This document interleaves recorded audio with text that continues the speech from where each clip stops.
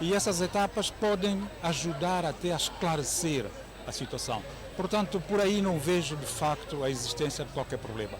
Cumprindo-se as etapas, transmite-se a documentação a outros órgãos que devem ser envolvidos e eu penso que nós teremos toda a situação esclarecida e não haverá problema nenhum em relação a isso. Está-se a referir concretamente a que órgãos? A Assembleia Nacional, há acordos e outro tipo de documentações que até chegam ao Presidente da República. Não é o primeiro acordo na área de defesa e segurança que este governo assina, que os outros governos assinaram. Agora, se existe razão de preocupação de cidadãos, de parceiros, também é um assunto que se resolve. Nada melhor do que se conversar, porque em democracia é assim. Temos que falar, temos que analisar, temos que dar opiniões. A voz crítica ajuda, mas a responsabilidade autocrítica é ainda maior. Por isso, não vejo onde está de facto um problema. Houve aqui alguma polémica, de alguma forma, pelas declarações em Portugal, pelo Presidente da República, pelo Ministro dos Negócios Estrangeiros, aqui pelo Primeiro-Ministro. Acha que pode haver aqui um clima de crispação que pode afetar de alguma forma as relações diplomáticas entre os dois países? Eu não seria ingênuo para não dizer que poderia não haver. Sim, pode haver, mas não há razões para que haja. Eu, na sexta-feira de noite, tive a ocasião de conversar um bocado à vontade com o Presidente Marcelo Rebelo de Sousa. E não é o sentimento que eu tenho. Portanto, existe muito ruído à volta do problema. Mas Portugal, de maneira nenhuma, é um fator de bloqueio à assinatura deste acordo, que é algo que diz respeito a São Tomé e Príncipe. E eu penso que, com os próximos dias, com o andamento da situação, tudo se esclarecerá. Não há, por parte de nenhum parceiro, tentativa de bloquear, seja o que for. É uma necessidade, talvez de ilusura, cumprir essas etapas, ter em conta os procedimentos necessários para nós fazermos as coisas. E daqui eu apelo um bocado de calma a todas as partes, para que, com o aporte de cada instituição a envolver-se neste assunto, se possa trazer contributos e essa contribuição para o bem de São Tomé e Príncipe, porque nós temos muita dificuldade. O país vive momentos muito difíceis, socioeconomicamente, e a contribuição de todos é importante, também neste setor. E eu conto com esta contribuição de todos os santomenses. Eu tinha conhecimento da assinatura do acordo, como é normal, mas com o Primeiro-Ministro ainda não falei, até porque eu espero que, de facto, essas etapas que eu me referi, sobretudo a Assembleia Nacional, ela seja efetuada o mais rapidamente possível, até para evitar este quiproquo, essa falta de esclarecimento e termos as coisas com maior lisura. Porque, como eu disse, não tratando-se do primeiro acordo nesta área, com outros parceiros, então é preciso que haja uma espécie de uniformização nesse tipo de acordos para que todos saiamos tranquilos e saiamos a ganhar também. Porque São Tomé e Príncipe, quando entra nesse tipo de situações, é para trazer de alguma maneira benefícios para o país e para as pessoas. E eu espero que assim seja. O chefe de Estado disse ainda que a proteção das nossas águas e de toda a zona do Golfo da Guiné é primordial, por isso todo o apoio é bem-vindo. É verdade que temos que evitar a duplicidade de ações. Muitas vezes a fronteira entre uma ação e a ação subsequente quase que não se nota e pode complicar, até dispersa recursos. Também aí podemos analisar. Não me parece que seja, honestamente, mas poderemos também aproveitar a ocasião e analisar e ver até onde pode ir a responsabilidade com um parceiro e a partir de onde a responsabilidade com outro parceiro. O que interessa mesmo é protegermos a sub-região, é protegermos essa zona do Golfo da Guiné, que é a mais fustigada de todas no mundo, quer em relação ao tráfico marítimo, quer em relação à pirataria, quer em termos atenção ao terrorismo também. Portanto, todos os apoios, todos os atos de cooperação com os nossos parceiros serão bem-vindos. Parece possível, por exemplo, haver um navio russo no Golfo da Guiné com uma embarcação de um outro país da NATO? Bom, isto são hipóteses que eu de facto não conheço, não sei se acontecerá, mas a capacidade nossa, de São Tomé, dos seus parceiros, é de evitar que haja colisões. Quando digo colisões, colisões de opiniões, colisões de ações e até em termos de atitude. Portanto, é uma questão que se pode gerir. Eu não sei se ela acontecerá, mas se vier a acontecer, temos que estar precavidos, mas sobretudo evitar que elas aconteçam. Portanto, vamos levar as coisas com a necessária calma e com o cuidado que a situação merece para que também possamos fazer as coisas da melhor maneira possível. Última questão. As vozes são várias, enfim, valem o que valem, mas de qualquer das formas admite que este acordo, por muito pequeno que seja, mas pelo simbolismo que tem, possa afetar algum tipo de relação, de cooperação, nomeadamente com países como da União Europeia e outros países parceiros do país? Nada que a cooperação não resolva. A diplomacia tem seus mecanismos, tem os seus atores. Caso haja uma situação que faça com que essa possa acontecer, então os atores têm que entrar em ação e trabalhar. Cabe-nos a nós, dirigentes de São Tomé, dos outros países parceiros, encontrar mecanismos que evitem esse tipo de situações. Portanto, eu estou em crer que com o esforço, com a capacidade que temos hoje de lidar e de cooperar, de falar abertamente, eu penso que ao nível dos nossos países, os amigos tradicionais, há uma franqueza, uma abertura suficiente para abordarmos todas as questões. E por isso mesmo não vejo problema nenhum em ultrapassarmos tudo que possa ser dificuldades neste assunto ou noutros. Então trabalharemos para ultrapassar as questões. O Primeiro-Ministro e chefe do Governo, Patrício Trovoada, respondeu com alguma elegância e não foi tão contundente quanto poderia ser, disse o Major-General português Agostinho Costa, numa análise feita à televisão portuguesa CNN. O Major-General afirmou que foi um irritante criado por Portugal sobre o acordo militar entre São Tomé e Príncipe e a Rússia. Isto é um irritante que nós criamos e depois levamos a que o Primeiro-Ministro de São Tomé, não é? A Patrício Trovoada, responda com alguma elegância, diga-se passagem. Com alguma elegância. Considerou com alguma elegância. Considerei que ele não foi tão contundente quanto poderia ser. Aliás, porque ele disse estas palavras que nós retiramos com algo, digamos, de um contexto, mas foi muito mais alargado, e disse que há com aliados que andam 10 metros, com outros que andam com 100 metros, com outros países que nem andam. Agora, há uma coisa que Patrício Trovoada sabe, é que ele é um país pequeno. É um país numa área estratégica. E permita-me apenas para dar às senhoras e aos senhores telespectadores o contexto. Neste momento estão a decorrer 2 grandes exercícios em África. Conduzidos por quem? Pelos Estados Unidos, naturalmente. E no Golfo da Guiné. O Golfo da Guiné é uma área na qual nós temos interesse. A nossa marinha está lá, temos uma relação próxima com São Tomé, com outro país da CPLP, que lá está, que nós não falamos porque, portanto, é marginalmente a CPLP com a Guiné Equatorial, mas se formos reparar, os Estados Unidos neste momento estão a conduzir 2 exercícios. O Urban Game Express, que é no Gabão, e o Flintlock, que é no Ghana e na Costa do Marfim. Isto é, a norte do Golfo, a sul do Golfo. Porquê? No Gabão, porquê é que os Estados Unidos estão no Gabão? Tem neste momento 2.000 militares em exercícios, um navio, porque a norte está a Guiné Equatorial e o presidente Obiang esteve em Moscou há pouco tempo para assinar, há uns meses, para assinar o acordo de segurança. A sul está o Congo, a República Democrática do Congo, também alinhada com a Rússia.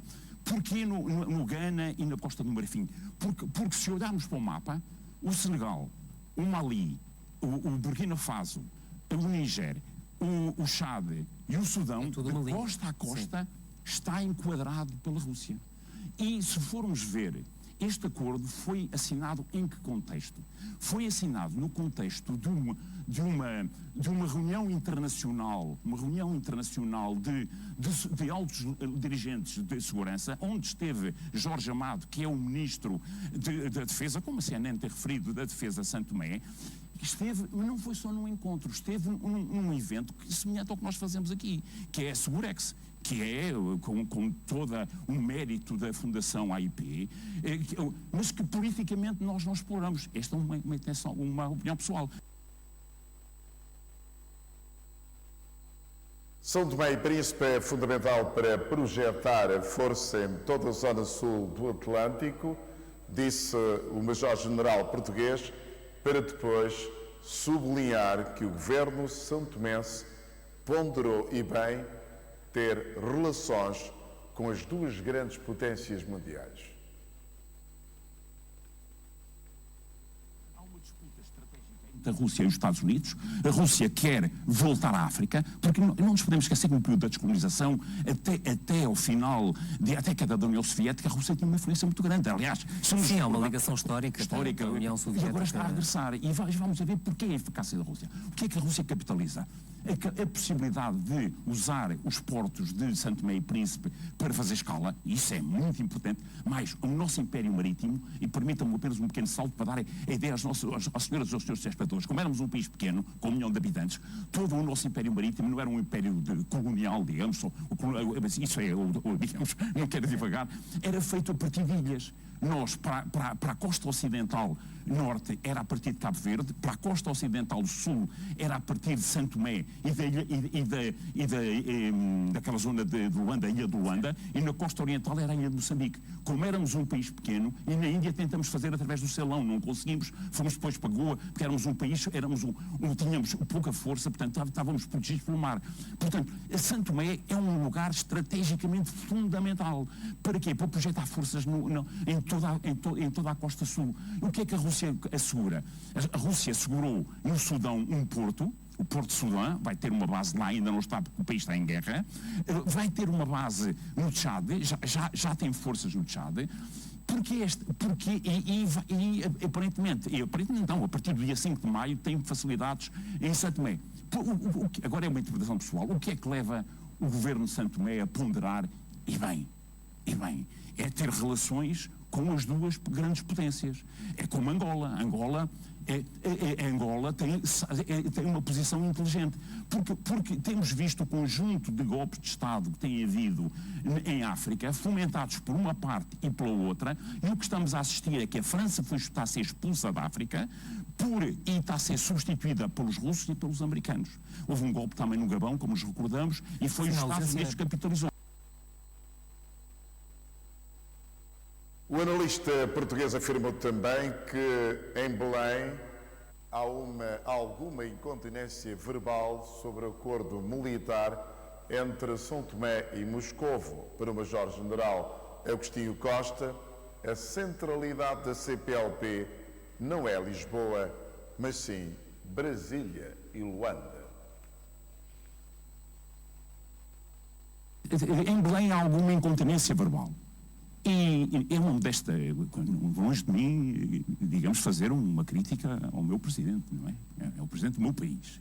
Agora, temos de ter isto são relações diplomáticas do mais alto interesse, como nós sabemos. Portanto, há alguma e em Praça das Necessidades, talvez seja a altura de se começar a ver os assuntos africanos pela perspectiva de Lisboa e não pela perspectiva de Bruxelas. Porque, efetivamente, o que nós estamos a assistir é uma guerra que não é a nossa.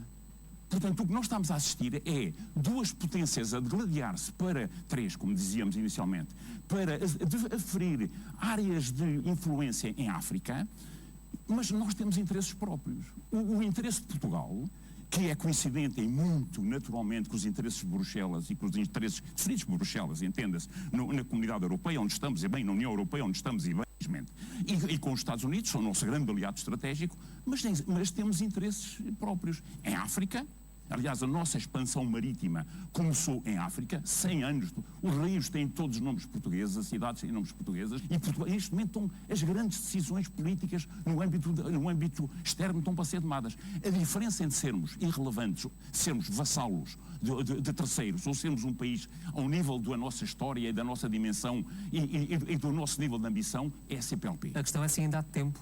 Há sempre tempo. Porque os países africanos gostam de nós. O Brasil gosta de nós. Não podemos tratar o presidente do Brasil, quando vem a Portugal, da forma como alguns o trataram na Assembleia da República. Porque os interesses de Estado vão acima de quem está em Brasília. Pode ser Bolsonaro, pode ser Lula, que é o que fazem os britânicos. Portanto, a diferença, apenas para concluir, Soutor, a diferença entre sermos um país relevante ou um país irrelevante é a CPLP. E temos que perceber, para concluir, que a centralidade da CPLP não é Lisboa, é Brasília e Luanda.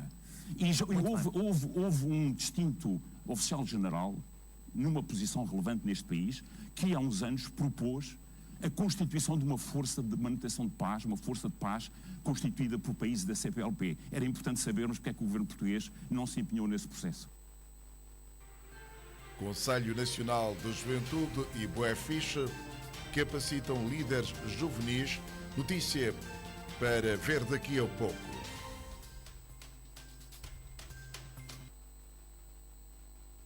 O Ministro da Agricultura, Desenvolvimento Rural e Pescas, Abel Bom Jesus, esteve na sexta-feira no Centro de Transformação de Babudo, Roça e também no Sistema de Irrigação da Comunidade de Camavo.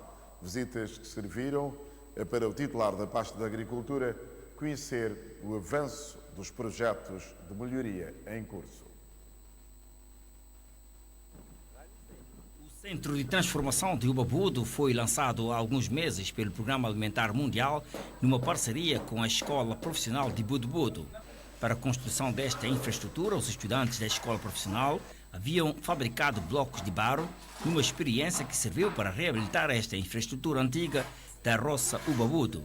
Atualmente, a obra que vai garantir emprego aos agricultores e transformadores de produtos da terra na roça Ubabudo está avançada e já começa a apresentar um bom aspecto. O objetivo de nós estarmos aqui hoje, as 4 agências das Nações Unidas, parte do projeto, nomeadamente o Programa Alimentar Mundial das Nações Unidas enquanto agência líder, o FUNUAP, a OIT e o UNHABITAT, juntamente com a equipe do Ministério da Agricultura, Desenvolvimento Rural e Pescas, encabeçada pelo senhor Ministro da pasta, responsável da pasta, é justamente nós acompanharmos, né, em loco o progresso que esse projeto tem feito e, claro, tentarmos encontrar ou buscar em conjunto soluções para alguns desafios que nos têm sido apresentados, né, ao longo da execução do projeto.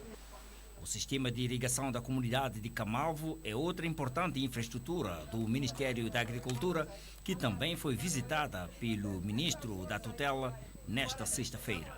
A obra, que começou a ser erguida no ano passado, já está concluída, mas garante água às terras dos agricultores da comunidade de Camavo e da Roça Pinheira com alguma deficiência. Nessa conversa com os agricultores, saber se realmente isso está a trazer algum benefício e aproveitar para também fazer um encontro pedagógico para poder informá-los daquilo que são as ações que o governo pretende fazer. O sistema de irrigação equipado com uma bomba solar não está a fornecer energia suficiente para abastecer a comunidade de Camavo e arredores de água para a irrigação. Já está a funcionar, mas precisa fazer uma pequena melhoria, até porque é um reservatório de água que é bombeada por uma bomba sistema solar. Hoje em dia, com a questão da proteção do ambiente e a inovação tecnológica, sentimos que havia toda a necessidade de um projeto como esse, incorporarmos uma bomba que trabalha sistema solar. Tem tido algumas deficiências, mas viemos aqui hoje também para poder, com a equipa, analisar e buscar uma solução para esse problema. Obras que foram construídas com apoios do Programa Alimentar Mundial PAM, no quadro da parceria que tem com o Ministério da Agricultura.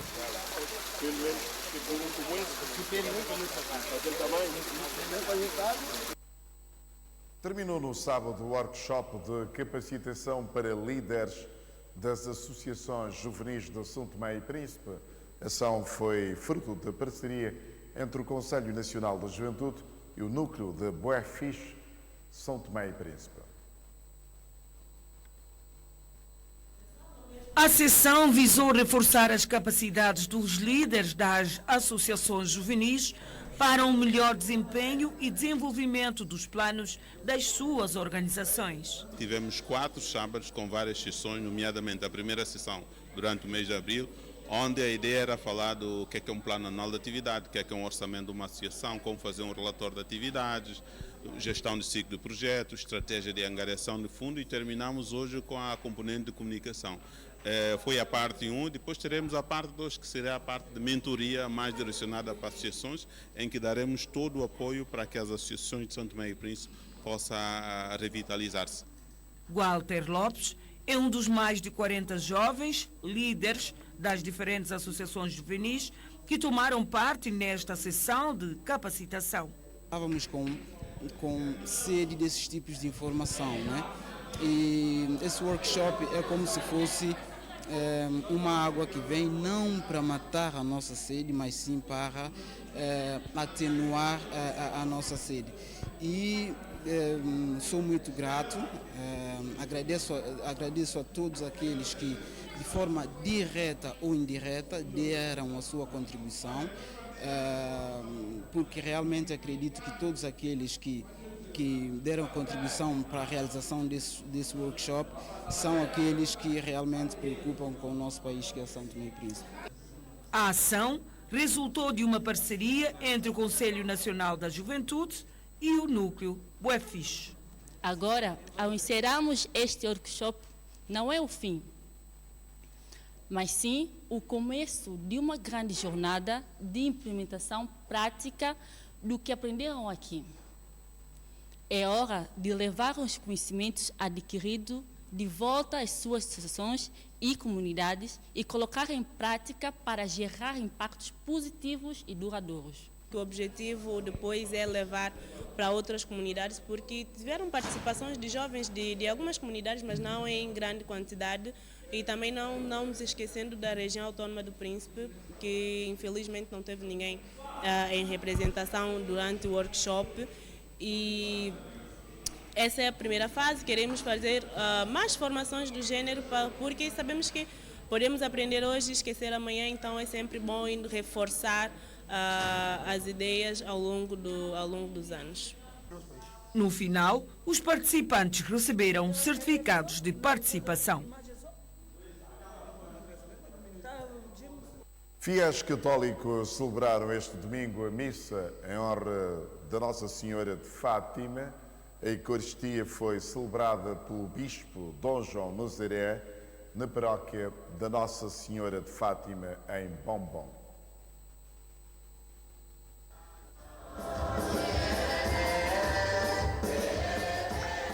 Centenas de fiéis católicos de diversas paróquias renderam homenagem à Nossa Senhora de Fátima, padroeira da localidade de Bombom.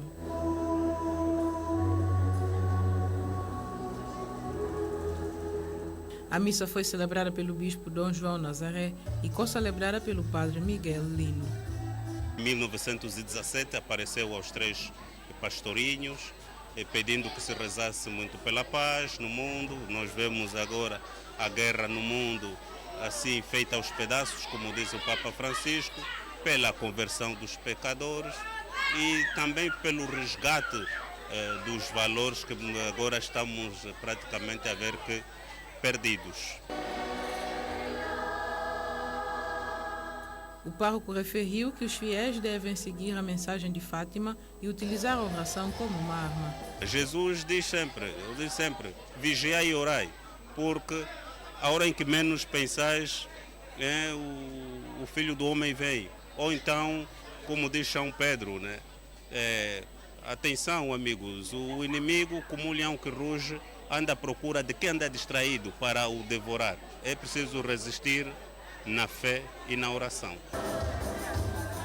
Martinho Santos, fiel católico, referiu que todos os anos se faz presente na Eucaristia e que vive o momento com alegria. Está tudo muito bem, foi muito bem. Foi tudo, o nosso bispo novo foi muito bem feito.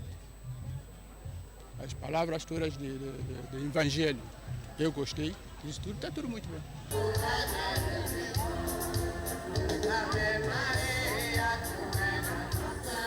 Depois da missa, seguiu-se a habitual procissão.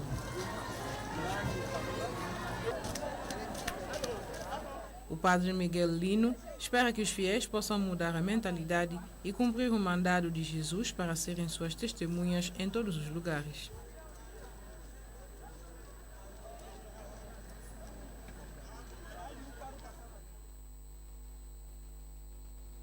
Um livro de 180 páginas, contendo textos e fotografias, retratando as histórias gastronómicas, costumes e valores culturais de São Tomé e Príncipe, foi lançado este sábado na capital. A obra foi escrita pelos autores David Santos e Jéssica Pedroso.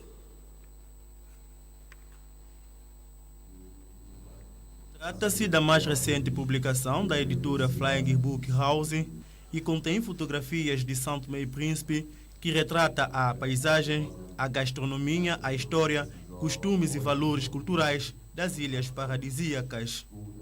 É a primeira vez que se faz um livro de fotografias, só de fotografias aéreas de São Tomé e Príncipe, e é uma sequência, é o nosso 5º projeto deste tipo de livros. Nós já fizemos em Cabo Verde e em Portugal, em 3 regiões, e pronto, o São Tomé e Príncipe era um desafio que nós tínhamos, porque queríamos muito vir cá fazer este projeto. Nós já tínhamos feito um outro livro em 2012 e quando iniciámos esta nova vertente de fotografias aéreas, achámos que São Tomé e Príncipe daria um livro excelente.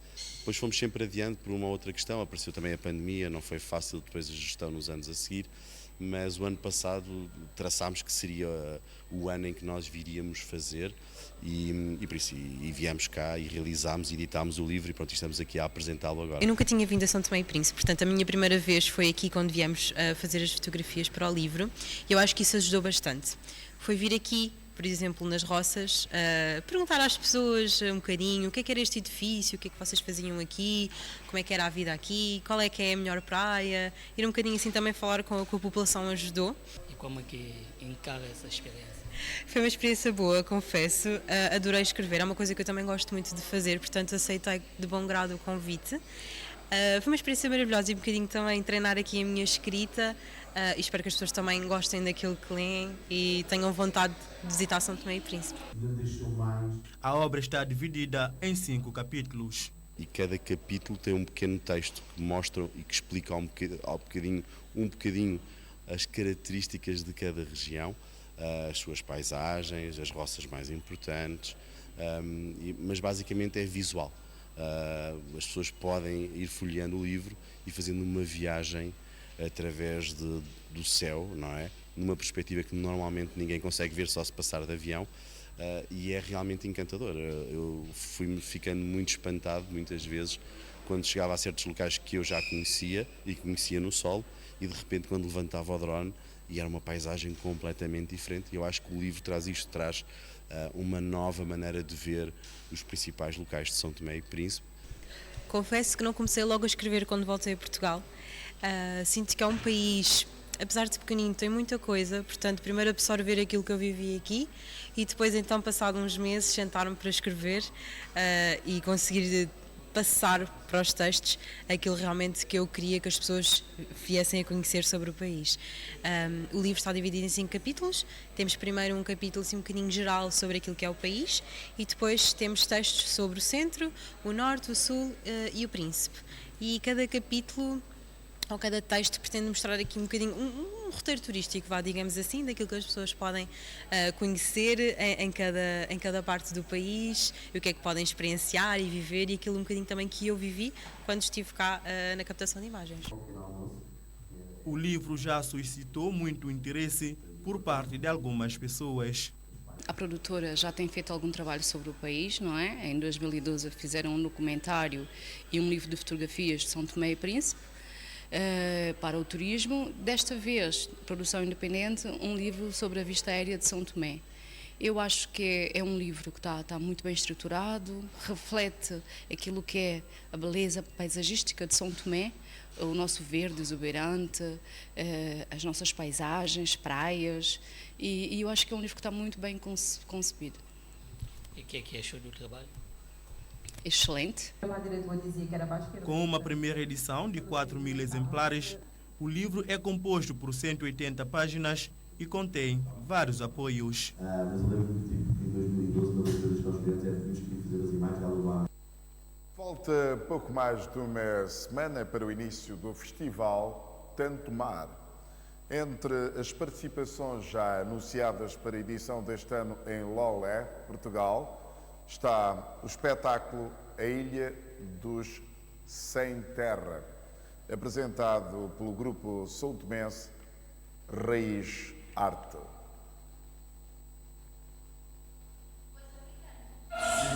Tu és africano? Lógico.